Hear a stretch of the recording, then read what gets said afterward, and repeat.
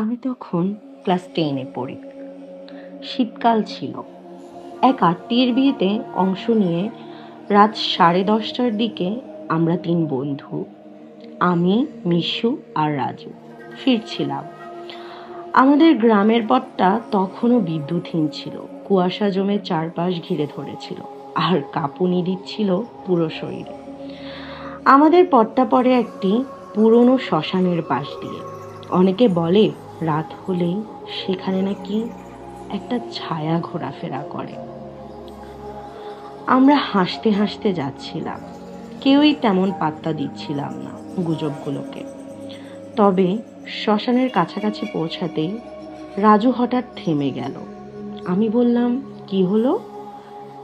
সে ধীরে ধীরে ফিসফিস করে বলল, তোরা কেউ কি অনুভব করছিস আমাদের পেছনে কেউ হাঁটছে? আমরা পেছনে তাকালাম, কিছুই নেই। তবে তখন থেকেই আমার শরীরের লোম দাঁড়িয়ে যাচ্ছিল, যেন কেউ আমাদের ওপর নজর রাখছে। ঠিক শ্মশানের গেট পেরিয়ে যেতেই হঠাৎ আমার ঘাড়টা ঠান্ডা হয়ে গেল। মনে হলো কারো নিঃশ্বাস পড়ছে আমার মাথার উপর। চোখের কোণায় দেখলাম একটা লম্বা ছায়া ঠিক আমার পেছনে মাথার উপর ঝুঁকে আছে। মুখ দেখতে পেলাম না, শুধু একটা সাদা কাপড়ের মতো উঠছিল তার গা জুড়ে।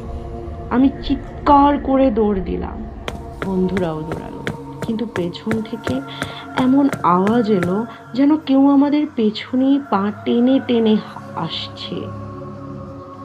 আমরা সোজা গিয়ে রাজুর বাড়িতে আশ্রয় নিলাম। সারা রাত কিছু খেতে পারিনি, রাজু অজ্ঞান হয়ে গিয়েছিল। পরদিন সকালে সাহস করে আবার গিয়েছিলাম সেই জায়গায়।